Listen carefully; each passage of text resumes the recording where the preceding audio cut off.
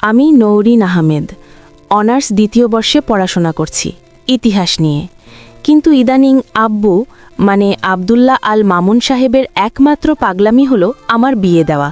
আমি কত বলে, আব্বু আমি এখন বিয়ে করতে চাই না, আগে অনার্সটা কমপ্লিট করি। কিন্তু কে শোনে কার কথা। আব্বুর মনে হয়েছে মেয়ের বিয়ে দিতেই হবে। গত 2 মাসে 6 বার সেজেগুজে ছেলেপক্ষের সামনে আমাকে যেতে হয়েছে। সবাই আমাকে পছন্দ করল, আব্বু ছেলেপক্ষকে পছন্দ করেননি। পছন্দ না করার মূল কারণ যৌতুক। আব্বুর কথা হলো, মেয়েকে এত বড় করেছি, পড়াশোনা শিখিয়েছি, তারপর আবার যৌতুক দেব? সেটা কখনোই না। আজ 7ম ছেলেপক্ষ দেখতে আসছে। শুনেছি ছেলের পরিবার অনেক ধনী। সেজেগুজে বসে আছি। ছেলের মা আমাকে দেখেই পছন্দ করে ফেললেন। ছেলের ভাই ও ভাবিও খুশি। ছেলেটা আমার দিকে চোখ রেখে মিটিমিটি হাসছে। আমি একটু অস্বস্তি বোধ করে রুমে চলে আসলাম। বড় আপুকে বললাম, আমি ছেলেটার সাথে একটু কথা বলতে চাই। আপু ঠিক আছে বলে চলে গেল। কিছুক্ষণ পর এসে বলল, ছেলের সাথে কথা বলতে চেয়েছিলি? ছাদে যা, কথা বল। আমি ছাদে গিয়ে দেখি ছেলেটা ও তার ভাবি দাঁড়িয়ে আছে। বললাম, ভাবি আপনি একটু নিচে যান, আমি আপনার দেওরের সাথে একা কথা বলতে চাই। ভাবি চলে যেতেই আমি পা বাড়াতেই ছেলেটা ভয়ে কেমন যেন হয়ে গেল। আমি বললাম, ভয় পাচ্ছেন কেন? আমি কি আপনাকে মেরে ফেলব, নাকি আপনি মেয়ে মানুষের সাথে কখনো কথা বলেননি? আমার কথা এসে মাথা নাড়িয়ে সম্মতি জানালো। আমি অবাক হয়ে বললাম, বলে কি? সে নাকি কোনো মেয়ের সাথেই কথা বলেনি। আচ্ছা বলেন, আপনার নাম কি আর আপনার প্রফেশন কি? আমার নাম রিহান শাহরিয়ার। আমি কিছু করি না, সারাক্ষণ বাসায় থাকি। কিছু করেন না মানে? এত বড় ছেলে মায়ের আঁচলের নিচে বসে থাকেন? মানে আমি তো অসুস্থ, তাই আম্মু আমাকে অফিসে যেতে দেয় না। কোনো কিছুর সাইন করতে হলে বাসায় ফাইল নিয়ে আসে, আমি সাইন করে দিই। আপনি অসুস্থ? কিন্তু আপনাকে দেখে তো ভালো মনে হচ্ছে। আমি মানুষকে খুব ভয় পাই, কারো সাথে ঠিকঠাক কথা বলতে পারি না। আম্মু বলে আমি মানসিকভাবে অসুস্থ। ডাক্তারও তাই বলে। আমার মানসিক সমস্যা আছে, তাই সব সময় আমাকে মেডিসিন খেতে হয়। রিহানের সাথে কথা বলে আমার মনে হয়নি সে মানসিক রোগী। তার নিষ্পাপ শিশুসুলভ চেহারা, চোখের চাহনি মন পাগল করার মতো। আমি বিয়েতে রাজি ছিলাম না, কিন্তু রিহানকে দেখে তার মায়ায় পড়ে গেছি। আব্বুও বিয়েতে রাজি হয়ে গেলেন। তাদের পক্ষ থেকে কোনো যৌতুক দাবি করা হয়নি। রিহানের আম্মু বললেন, আমরা মনের মতো বউ পেয়েছি, আর কিচ্ছু চাই না। নৌরিন আমার নিজের মেয়ের মতো থাকবে। আমি চাই নৌরিন আমাকে তার মা মনে করে, আমার সব কথা শুনবে। আব্বু আম্মু রিহানের মায়ের কথায় খুব খুশি হয়েছে। আব্বু যেমন ঘরে আমাকে বিয়ে দেবে ভাবছিলেন, তেমন ঘর পেয়ে বেজায় খুশি। বিয়েটা হয়ে গেল। আমি কখন থেকে ফুলশয্যায় বসে আছি। রিহান আসছে না। একা একা রুমের ভেতর বসে থাকতে কেমন যেন লাগছে। হঠাৎ রিহানের ভাবি রুমে ঢুকে বললেন, এই নাও তোমার লজ্জাবতী স্বামী, সে কিনা রুমে আসতে ভয় পাচ্ছে। ভাবি চলে যাওয়ার পর আমি রিহানের কাছে গিয়ে বসলাম। আমি আপনার বউ, আমাকে ভয় পাচ্ছেন কেন? আজ থেকে আমি আর আপনি একসাথে একই রুমে ঘুমাবো, সারা জীবন একসাথে থাকব। একসাথে না ঘুমালে তো হয় না। আমি না হয় সোফায় ঘুমাবো। আমি রিহানের হাত ধরলাম। সে কাঁপছে। বললাম, ভয় পাবেন না, আমাকে এখানে বসেন। আমার কথা মতো রিহান খাটে বসল। আর কিছু বলল না। ছেলেটার মতো শুয়ে পড়ল। আর কিছুক্ষণের মধ্যেই ঘুমিয়ে পড়ল। এই রাত্রির জন্য হাজারো মেয়ে বুকে স্বপ্ন বেঁধে অপেক্ষা করে। আমিও করেছি। ভাবিনি আমার স্বপ্নে আমার বর এভাবে পানি ঢেলে দেবে। মনে দুঃখ চাপা দিয়ে ঘুমিয়ে পড়লাম। সকালে ঘুম থেকে জেগে দেখি রিহান আমাকে জড়িয়ে ধরে ঘুমাচ্ছে। তার মুখের ভাবখানা বাচ্চাদের মতোই। রাতে অবশ্য একটু রাগ হয়েছিল, এখন সব রাগ উধাও হয়ে গেছে তার মুখের দিকে তাকাতেই। আমি বিছানা থেকে উঠে ফ্রেশ হয়ে রিহানকে ডাক দিলাম। সে ফ্রেশ হয়ে ওয়াশরুমে গেল। কাজের মেয়ে এসে বলল, ভাবি খালাম্মা আপনাকে নাস্তা করতে নিচে যেতে বলেছে, আর এই যে ভাইয়ার নাস্তা, তাকে বললেন খাইতে। আমি কাজের মেয়েকে জিজ্ঞেস করলাম, আমি ডাইনিংয়ে নাস্তা করতে যাব আর তোমার ভাইয়ার রুমে একা নাস্তা করবে? এটা কেমন কথা? আমি কি করে বলবো কেমন কথা? এই বাসায় কাজ করছি অনেক দিন, সবসময় দেখি ভাইয়ার খাবার রুম পাঠিয়ে দেয় খালাম্মা। আমি খালাম্মাকে বলেছিলাম ভাইয়া কেন ডাইনিং টেবিলে এসে খায় না। খালাম্মা বলেছে ভাইয়া অসুস্থ। আচ্ছা, তোমার কি মনে হয় রিহান মানসিক রোগে অসুস্থ? তুমি তো অনেক দিন ধরেই বাসায় আছো, কখনো কি দেখেছো রিহান পাগলামি করছে, কাউকে মারধর করছে বা কোনো কিছু ভাঙচুর করছে? না ভাবি, কখনো তো এমন কিছু দেখিনি। ভাইয়া খুব শান্ত, কিন্তু মাঝে মধ্যে অনেক ভয় পায়, কাউকে দেখলেও ভয়ে চুপসে যায়। কেন ভয় পায়? তুমি কি সেই ব্যাপারে কিছু জানো? না ভাবি, আমি কিছু জানি না। খালাম্মা বলেছে ডাক্তার নাকি বলেছে ভাইয়ার মাথার সমস্যা আছে, তাই এমন করে। কাজের মেয়ে চলে যেতেই আমি ভাবতে থাকি রিহান কেন এত ভয় পায়। যদি সে মানসিক সমস্যায় ভুগত তাহলে এত শান্ত ও স্বাভাবিক আচরণ করতে পারত না। কেমন যেন রহস্য মনে হচ্ছে সব। রিহান ওয়াশরুম থেকে বের হলে বললাম, চলো নিচে যাই নাস্তা করতে। আমার কথায় সে ভয় পেয়ে বলল, আমি নিচে যাব না, তুমি যাও, আমি এখানেই থাকব। অনেক জোর করার পরও রিহান রুম থেকে বের হলো না। আমি যত জোর করি সে তত ভয় পায়। নাস্তার টেবিলে শাশুড়ি মা সালমা বেগমকে জিজ্ঞেস করলাম, আপনার ছেলে কেন এমন আচরণ করে? শাশুড়ি মা বললেন, সে জন্মের পর থেকেই এমন, তাকে মেডিসিন খাইয়ে রাখি সবসময়, না হলে বেশি পাগলামি করে। সকাল দুপুর রাতে 3 বার করে রিহানকে মেডিসিন খাওয়াতে হয়। আমার শাশুড়ি নিজের হাতে মেডিসিন খাইয়ে দেয়। বিয়ের পর আজ আমি বাবার বাসায় যাচ্ছি। রিহান যেতে চাইছে না, অনেক বুঝিয়ে রাজি করিয়েছি। যাওয়ার সময় শাশুড়ি বারবার সাবধান করে দিল রিহানকে যেন একা না ছাড়ি, তাকে যেন চোখে চোখে রাখি, আর মেডিসিনগুলো যেন ঠিক মতো খাওয়াই। শাশুড়ি মাকে কথা দিলাম, আপনি চিন্তা করবেন না, আপনার ছেলের কিচ্ছু হবে না, আপনি যা বলেছেন তাই করব। আমাদের বাসায় যাওয়ার পর রিহানকে নিয়ে সবাই একসঙ্গে খাবার খেলাম। সে স্বাভাবিকভাবেই খাবার খেয়েছে ডাইনিংয়ে বসে। আমার মনে অনেকগুলো প্রশ্ন এসে ভিড় করছে। এখানে যদি সে সবার সাথে বসে খাবার খেতে পারে, তাহলে তার বাসায় কেন পারে না? সেখানে কেন পাগলামি করে? আমি ভাবনায় মগ্ন। রিহান বিছানায় শুয়ে আমার মোবাইল নিয়ে টেপাটেপি করছে। আমি রিহানের দিকে তাকাতেই সে বলল, আমি তোমার মোবাইলে ছবি দেখতে চেয়েছিলাম, কিন্তু ছবি বের করতে পারলাম না। তোমার ফোন ধরেছি বলে তুমি আমাকে মারবে? দেখো, আমি কিন্তু ফোন নষ্ট করিনি, প্লিজ রাগ করো না। আমি একদম অবাক। রিহানের চোখে মুখে এত ভয় কেন? আর সে কেন এমন ভাবছে যে আমি তাকে মারব? আমি তার কাছে গিয়ে হাত ধরে বললাম, কেন ভয় পাচ্ছ? আমার ফোন মানেই তো তোমার ফোন, আমার সব জিনিসে তোমার অধিকার আছে। আচ্ছা, তোমার কি মোবাইল ফোন নেই? না, জানো, আমার খুব শখ ছিল মোবাইল ফোনের। আম্মুকে বলেছিলাম, তোমাদের সবার মোবাইল আছে, আমাকে একটা মোবাইল কিনে দাও, গান শুনবো, গেম খেলবো। আম্মু কিনে দেয়নি, বলে তুই একটা পাগল, তোকে মোবাইল কিনে দিয়ে কি করব। বিশ্বাস করো, আমি পাগল না। আমি জানি আমার বরটা পাগল না। শোনো, আজ থেকে আমার মোবাইলটা তোমাকে দিয়ে দিলাম। তুমি গেম খেলবে, গান শুনবে, ভিডিও দেখবে। সত্যি আমাকে দিয়ে দিলে? জানো, একবার ভাইয়ার ফোনে গেম খেলতে চেয়েছি, ভাই আমাকে অনেক মারছে, বলছে আর কখনো যেন তোর এত সাহস না দেখি। আমি যত রিহানের কথা শুনছি ততই রহস্যের অতল গহীনে ডুবে যাচ্ছি। নিজের ছোট ভাই মোবাইল ধরেছে বলে তার গায়ে বড় ভাই হয়ে কিভাবে পারল হাত তুলতে? আর নিজের মা হয়ে ছেলেকে পাগল বলে? সে তো পারত রিহানকে মোবাইল কিনে দিতে, টাকা পয়সার তো আর কোনো অভাব নেই তাদের। কেন তারা রিহানের সাথে এমন ব্যবহার করে? কিছু বুঝতে পারছি না। আমাকে জানতেই হবে। রিহানকে অনেকভাবে জিজ্ঞেস করলাম, কেন মা ভাই তোমার সাথে এমন ব্যবহার করে? আমার কথার উত্তর রিহান দিতে পারে না। সে শুধু বলে, আমি অসুস্থ, আমি না তাদের কথা না শুনি, তাই আমার সাথে ওরা এমন করে। রিহানের উত্তরে আমি কোনো যুক্তি খুঁজে পেলাম না। তার সাথে খারাপ আচরণ করার কোনো মানে হয় না। আমি আম্মু আব্বুকে সব কিছু খুলে বললাম, আর বললাম আমাকে কিছু টাকা দিতে হবে, আমি রিহানকে মানসিক ডাক্তারের কাছে নিয়ে যাব। আমি দেখতে চাই আসলে তার সমস্যাটা কোথায়।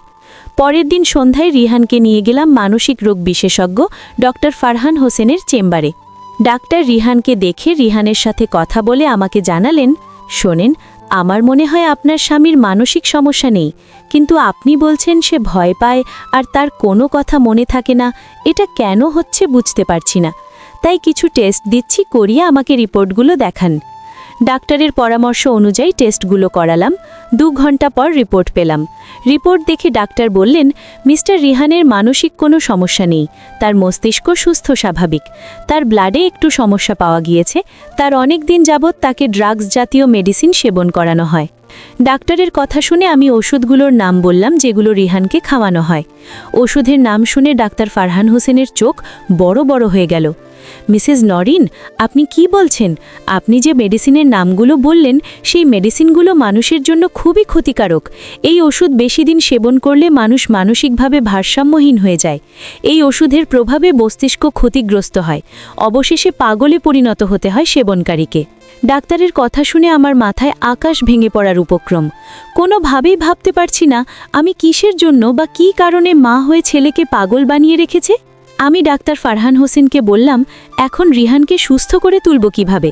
যেভাবেই হোক তাকে সুস্থ করতে হবে। আমি কিছু মেডিসিন লিখে দিচ্ছি, সেগুলোই নিয়মিত খাওয়ান, সুস্থ হয়ে যাবেন দেখবেন। ড্রাগস জাতীয় মেডিসিনগুলো যেন আর না খাওয়ানো হয়, তাহলে কিন্তু আপনার হাজবেন্ড সুস্থ হবে না। বাসায় এসে রিহানকে বুঝিয়ে বললাম, আমরা যে ডাক্তারের কাছে গিয়েছি সে যেন বাসায় গিয়ে কাউকে না বলে। রিহান আমাকে কথা দিল সে কাউকে এ বিষয়ে কিচ্ছু বলবে না। আমার বাসায় 6 দিন ধরে আছি। শাশুড়িমা ফোন করে বলে দিয়েছে কাল চলে যেতে। আমি খুবই চিন্তায় পড়ে গেলাম। তাদের বাসায় গেলে তো রিহানকে আবারও ড্রাগস মেডিসিনগুলো খাওয়াবে, আর আমি যেই ওষুধগুলো রিহানকে দিয়েছি সেগুলো যদি শাশুড়িমা দেখে ফেলেন তাহলে খাওয়াতে দেবে না। কি করব? যাই হোক, ওষুধগুলো আমি ব্যাগে লুকিয়ে নিয়ে যাব আর সময় বুঝে লুকিয়ে খাওয়াবো। রিহানের বাসায় যাওয়ার পর শাশুড়িমা দৌড়ে এসে রিহানকে জড়িয়ে ধরে বললেন, আমার ছেলেটা কয়েকদিন বাসায় ছিল না, বাসাটা পুরো খালি খালি লাগছে, সব সময় শুধু টেনশন হয়েছে। বাবা, তুই ঠিক আছিস তো? আম্মু, আমি ভালো আছি। নরিন আমার খেয়াল রেখেছিল। আমারও তোমার কথা মনে পড়েছে। জীবনে প্রথম বাহিরে কোথাও থাকলাম তোমাকে ছাড়া। মা ছেলের ইমোশনাল কথাবার্তা শুনে আমি থ মেরে দাঁড়িয়ে আছি। শাশুড়ি মা ছেলেকে এত ভালোবাসা দেখাচ্ছে, তাহলে ছেলের এমন ওষুধ খাওয়াচ্ছে কেন? না জানি অন্য কারো চক্রান্ত হতে পারে, তাই শাশুড়ি মাকে সব বলতে হবে। রাতে খাওয়ার পর শাশুড়ি মা রিহানকে খাওয়ানোর জন্য ড্রাগস মেডিসিন নিয়ে আসবে। তার আগেই শাশুড়ি মাকে এই মরণনাশক মেডিসিনের ব্যাপারে বলতে হবে। আম্মা, আপনার সাথে কিছু জরুরি কথা ছিল, না বললেই নয়। আপনি কি শুনবেন? আমার কথাগুলো কেন শুনব না মা? তুমি আমার ছেলের বউ, তুমি যা বলতে চাও মন খুলে বলো। রিহানকে যে মেডিসিনগুলো অনেক দিন যাবৎ খাওয়াচ্ছেন সেগুলো ড্রাগস জাতীয় মেডিসিন। এই মেডিসিন সেবনের প্রভাবে রিহান মানসিক সমস্যায় ভুগছে। কি বলছো তুমি আবল তাবল?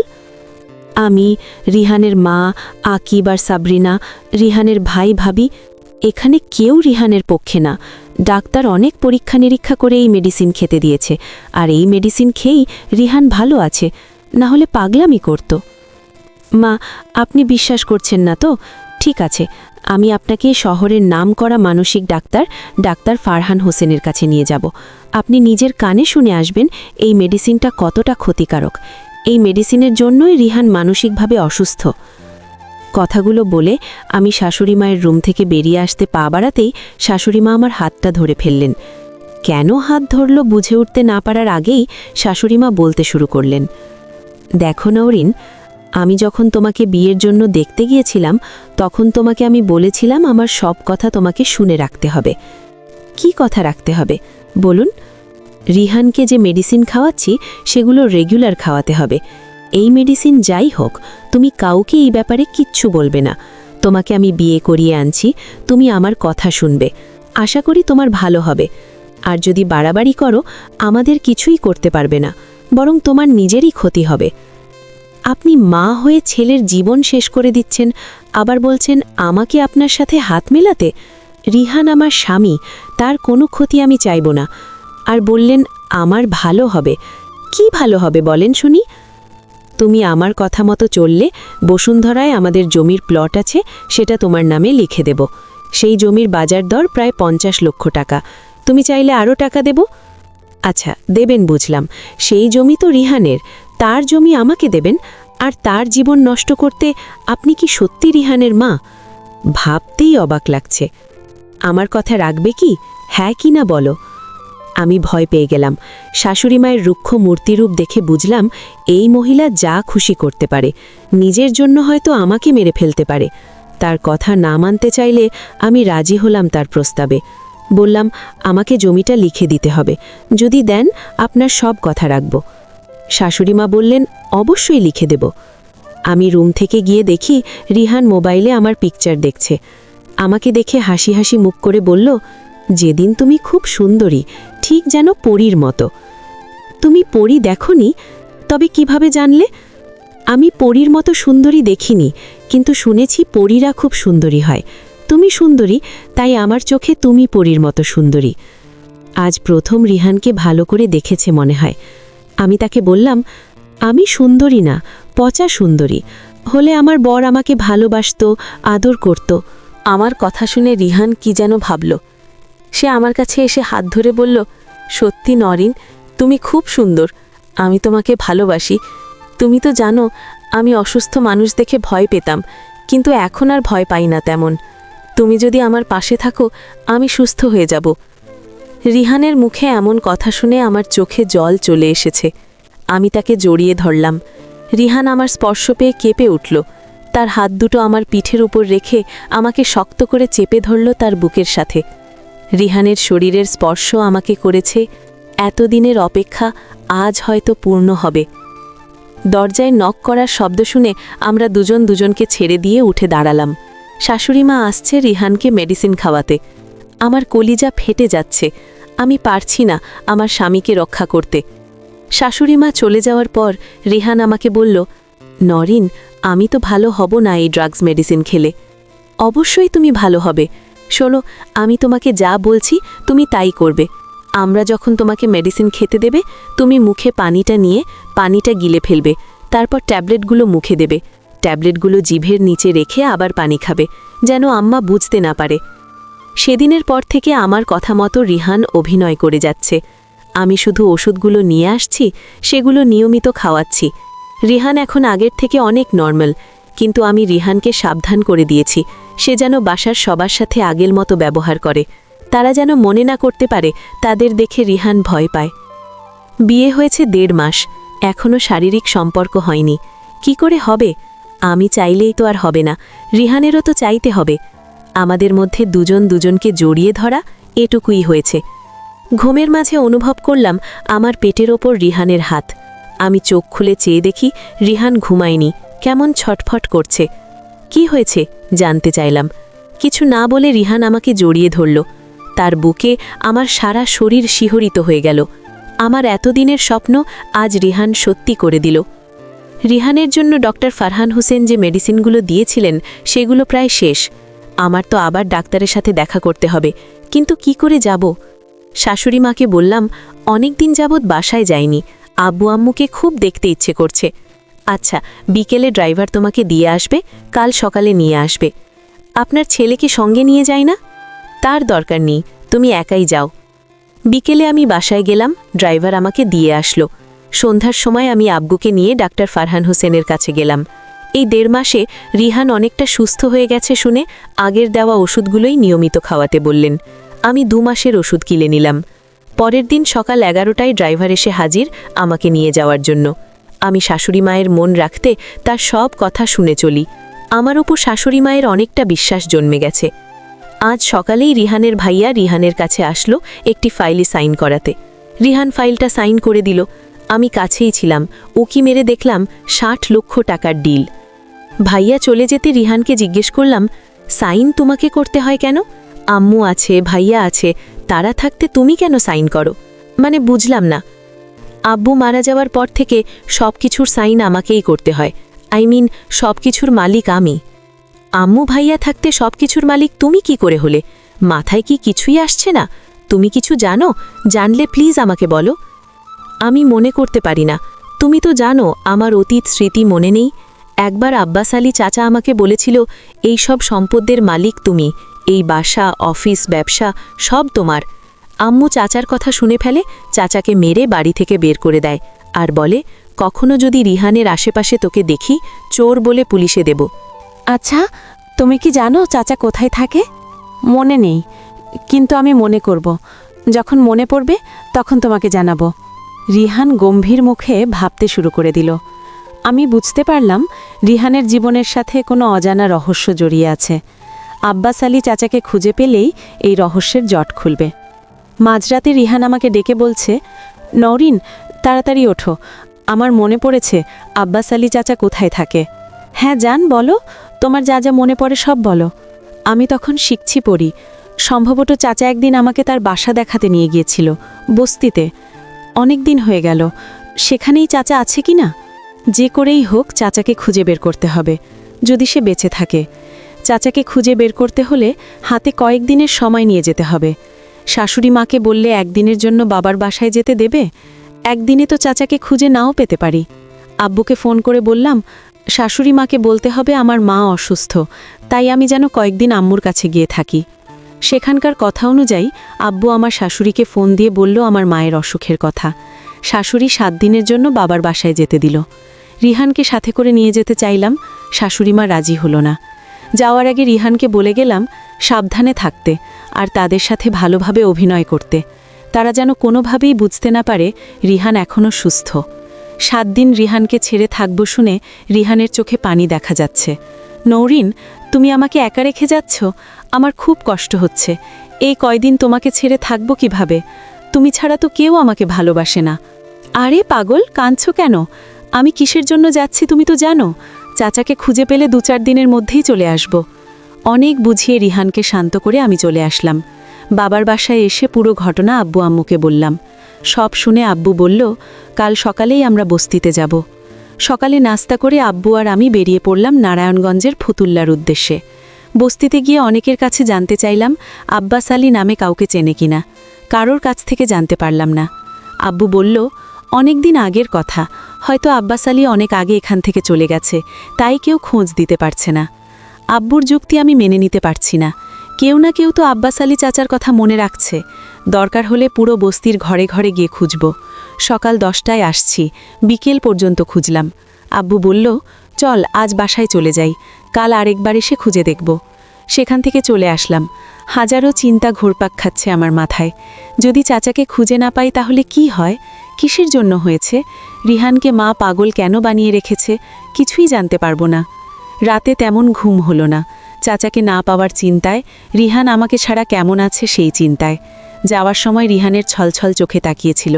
ভাবতেই এখন আমার বুকের ভিতর মোচড় দিয়ে উঠল। অনেক ভালোবাসি আমি রিহানকে, সেও আমাকে অনেক ভালোবাসে। না হলে আমি কদিন থাকবো না শুনে কান্না করতো না।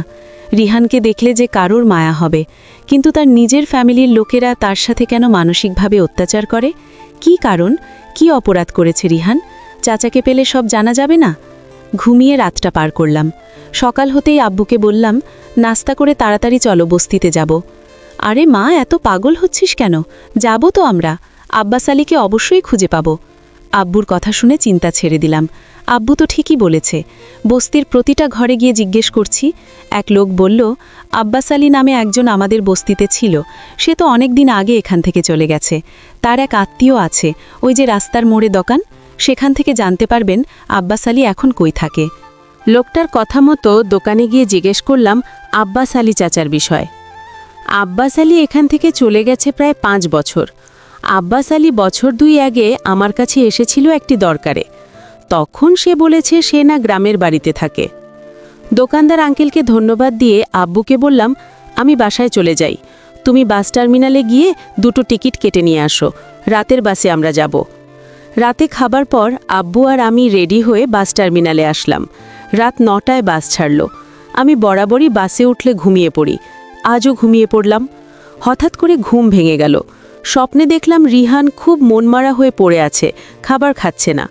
স্বপ্নটা দেখে মনটা অত্যন্ত খারাপ হয়ে গেল। আর ঘুমাতে পারলাম না।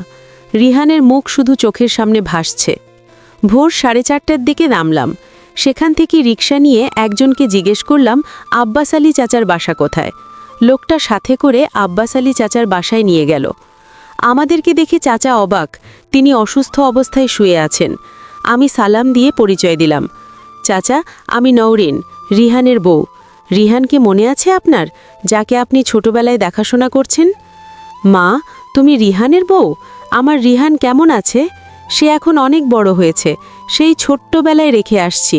জানো, রিহানকে আমি অনেক আদর যত্নে বড় করেছি। অনেক বছর হয়ে গেল আমি আমার রিহান বাবাকে দেখি না। তাহলে কেন এতগুলো বছর একবার রিহানের খোঁজ নেননি? সে কেমন আছে, ভালো আছে না খারাপ আছে, অন্তত একবার খোঁজ নিতেন। কি করে খোঁজ নেব?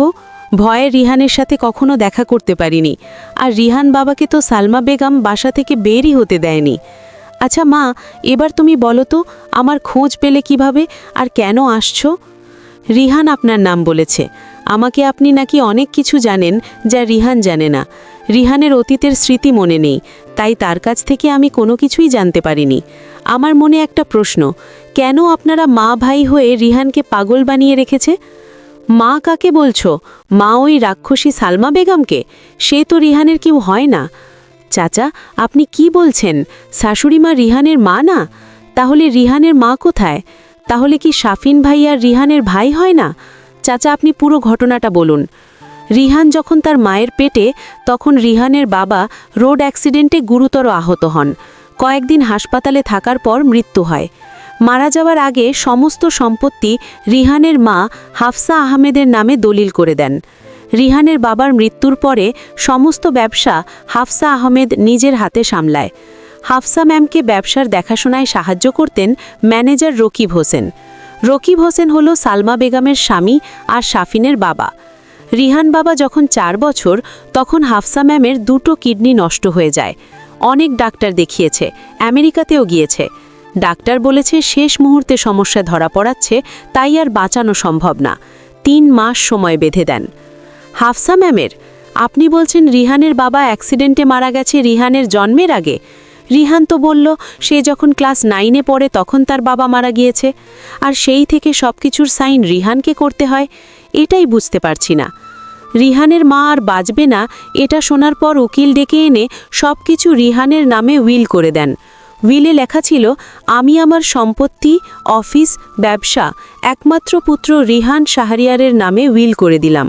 রিহান যখন প্রাপ্তবয়স্ক হবে এবং বিয়ে করে সন্তান সন্ততি হবে, তখন এই সহায় সম্পত্তির আসল মালিক হবে রিহান। সাবালক না হওয়া পর্যন্ত সব কিছুর দেখাশোনা করবে রকিব হোসেন। আমি তাকে পাওয়ার অফ অ্যাটর্নি দিয়ে গেলাম। ও, এই হলো মূল ঘটনা। তাহলে রিহানকে ড্রাগস মেডিসিন সেবন করা হলো কেন? রিহান খুব মেধাবী শিক্ষার্থী ছিল, সকল ক্লাসে প্রথম হতো। হাফসা ম্যাম মারা যাওয়ার সময় আমাকে ডেকে নিয়ে রিহানকে আমার হাতে দিয়ে বলেছিল, আমি বেঁচে থাকতে তুমি রিহানকে যেভাবে দেখাশোনা করেছ, আমি মরে যাওয়ার পর সেভাবেই দেখাশোনা করবে। আব্বাস, কথা দাও আমাকে।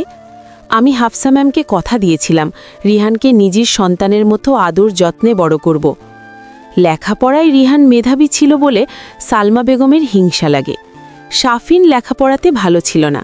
নিজের ছেলে মানুষ হতে পারবে না, অন্যর ছেলে ভালো হবে, এটা সালমা বেগম মানতে পারেনি। রিহানকে সেই ড্রাগস ওষুধগুলো নিয়মিত খেতে দেন। আমি প্রতিবাদ করতে গেলে বলেন, তুই চাকর, চাকরের মতো থাক। সালমা বেগমের স্বামী ম্যানেজার রকিব হোসেন কি সব জানতেন? রিহানকে ড্রাগস খাওয়ানো হচ্ছে না, সে জানতেন না। তিনি ভালো মানুষ ছিলেন। আমি তাকে বলেছিলাম, আপনার স্ত্রী ছেলে মিলে রিহান বাবাকে ক্ষতিকারক ওষুধ খাওয়াচ্ছেন। সে তার স্ত্রী আর ছেলেকে মারধর করে আর বলে, যদি কখনো রিহানের ক্ষতি করতে চাও তাহলে আমি নিজে তোমাদেরকে পুলিশের হাতে তুলে দেব। বেগম নিজের ভুল স্বীকার করে সে আর কখনো এমন করবে না বলে রকিব হোসেনকে কথা দেয়। এর কিছুদিন পর রকিব হোসেন মারা যায়। রকিব হোসেন আঙ্কেল কিভাবে মারা গেছে? সুস্থ মানুষ ছিল। রাতে খাবার পর শুয়েছিল। সকালে সালমা বেগমের চিৎকারে ঘুম ভেঙে যায়। আমরা গিয়ে দেখি রকিব হোসেন মারা গেছে। সালমা বেগম বলল, কিছুক্ষণ আগে প্রেসার বেড়ে অজ্ঞান হয়ে পড়ে যায়, পানি ঢালছিলাম, মারা গেল। অনেক কান্নাকাটি করল সালমা বেগম ও শাফিন, কিন্তু আমার মনে সন্দেহ হয়েছে। কী রকম সন্দেহ? রকিব হোসেন আঙ্কেলকে মেরে ফেলা হয়েছে। হ্যাঁ, সেরকমই সন্দেহ হয়েছে। সন্দেহ করার কারণ আছে, রকিব হোসেন কখনোই হাই প্রেশার ছিল না। তাহলে আপনি মনে করেন রকিব হোসেনকে খুন করেছে সালমা বেগম? হ্যাঁ, খুন করেছে, টাকার জন্য। সালমা বেগম সব কিছু করতে পারে। সব ঘটনা শুনে আমি আব্বাস আলী চাচাকে বললাম, আমরা পুলিশকে সব জানাবো। সালমা বেগমের এই অন্যায় অত্যাচারের বিরুদ্ধে অভিযোগ করব। সে যে এতগুলো বছর রিহানকে পাগল বানিয়ে রেখেছে, রিহানের টাকা আত্মসাৎ করেছে, সব কিছু পুলিশকে আপনি বলবেন। চাচা, আপনি আমাদের সঙ্গে চলেন। মা, আমি তো অসুস্থ, কিভাবে এত দূরে যাব? চাচাকে অনেক বুঝিয়ে রাজি করালাম আমার সাথে যাওয়ার জন্য। চাচা, আপনি আমাদের বাসায় থাকবেন, আমার আম্মু আপনার দেখাশোনা করবে, কোনো চিন্তা করবেন না। চাচা, আপনি কি চান না রিহান তার অধিকার ফিরে পাক, আর রিহানের সাথে যারা অন্যায় অত্যাচার করছে তাদের শাস্তি হোক? চাচা বললেন, চাই, 100 বার চাই। ওই ডাইনি রাক্ষসী সালমা বেগমের আর তার ছেলে শাফিনের শাস্তি হোক। সেদিনই আব্বাস আলী চাচাকে সঙ্গে নিয়ে চলে আসলাম। আব্বুর পরিচিত এক উকিলের সাথে পরামর্শ করলাম। সে বলল থানায় গিয়ে কেস ফাইল করতে। আব্বু, আমি আর আব্বাস আলী চাচা 3 জন মিলে থানায় গেলাম। ওসি আকমল শেখ আব্বাস আলী চাচার কাছ থেকে সবকিছু বিস্তারিত ঘটনা শুনে বললেন, এত বড় অন্যায় করে কেউ বাঁচতে পারবে না, ওই মহিলাও বাঁচতে পারবে না। আমরা কালই আপনাদের বাসায় গিয়ে সালমা বেগমকে আটক করব।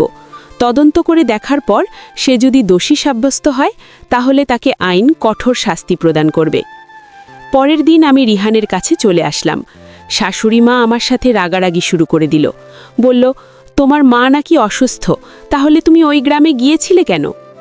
শাশুড়ি মা জানল কি করে আমি গিয়েছিলাম? কি বলছেন কিমা? আমি কিসের জন্য সেখানে যাব? মিথ্যা বলো না, ড্রাইভার তোমাকে দেখেছে। তুমি, তোমার বাবা আর একটা বয়স্ক লোক বাস থেকে নেমেছ। ধরা পড়ে গেছি। কথা অন্যদিকে ঘুরিয়ে স্বীকার করতে হবে। ওই যে বয়স্ক চাচাকে ড্রাইভার আপনাদের সাথে দেখেছে, তার বাড়ি ওখানে। সে আমার আব্বুর ফুফাতো ভাই। এখানে এসেছিল ডাক্তার দেখাতে। ডাক্তার দেখিয়ে বাসে তুলে দিতে গিয়েছিলাম। শরীর বেশি খারাপ থাকার কারণে যেতে পারিনি, আবার ফিরে আসছে আমাদের সাথে। শাশুড়িমা আমার কথা মেনে নিলেন। আমি তাড়াতাড়ি রিহানের কাছে আসলাম। 4 দিন ধরে রিহানকে দেখি না। রুমে গিয়ে দেখি রিহান ঘুমাচ্ছে। রিহানের কপালে চুমু দিলাম। সে জেগে উঠল। নরিন, তুমি আসছো? তোমাকে ছাড়া খুব কষ্ট হচ্ছিল আমার। আমারও কষ্ট হচ্ছে জানো, তোমাকে ছাড়াই 4 দিন থাকতে। রিহান আমাকে জড়িয়ে ধরেছে। আমিও ঝাপটে জড়িয়ে ধরে রইলাম। কিছুক্ষণ পর চাচার বলা কথাগুলো রিহানকে বললাম। রিহানের জীবনে কি ঘটেছিল, যাকে সে মা জেনে আসছে, সে তার মা না। আর যাকে বাবা মনে করত, সেও তার বাবা মা নয়।